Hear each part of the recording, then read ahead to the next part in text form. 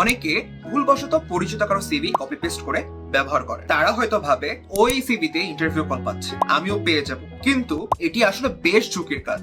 এভাবে হয়তো আপনি ইন্টারভিউ কল পেতে পারেন, কিন্তু ইন্টারভিউ বোর্ডে সেই সিভি অ্যানালাইসিস করে যখন আপনাকে প্রশ্ন করা হতে পারে, তখন কিন্তু আপনি বিপদে পড়তে পারেন। খুব স্বাভাবিকভাবেই আপনার সিভি একান্তই আপনার তথ্য বহন করবে, তাই সেখানে থাকা প্রতিটি তথ্য হওয়া উচিত আপনার স্কিল, আপনার অভিজ্ঞতা এবং আপনার লক্ষ্য। সিভি তৈরির সময় অবশ্যই নিজের প্রকৃত তথ্য, দক্ষতা এবং অভিজ্ঞতা সঠিকভাবে উপস্থাপন করবেন। প্রতিটি অংশ যেন আপনার ব্যক্তিগত প্রোফাইল এবং টার্গেটেড সেক্টরের সাথে যেন সামঞ্জস্যপূর্ণ হয়। মনে রাখবেন, অন্যের সিভি কপি করে নিজের পরিচয় তৈরি করা যায় না। আপনার নিজের যোগ্যতা, অভিজ্ঞতা ও সামর্থ্য অনুযায়ী সাজানো গোছানো এবং প্রাসঙ্গিক সিভি তৈরি করুন এবং এটি দিয়েই জবের জন্য অ্যাপ্লাই করুন। Remember one thing, slow and steady always wins the race, because shortcuts might give you a head start, but they rarely take you to the finish line.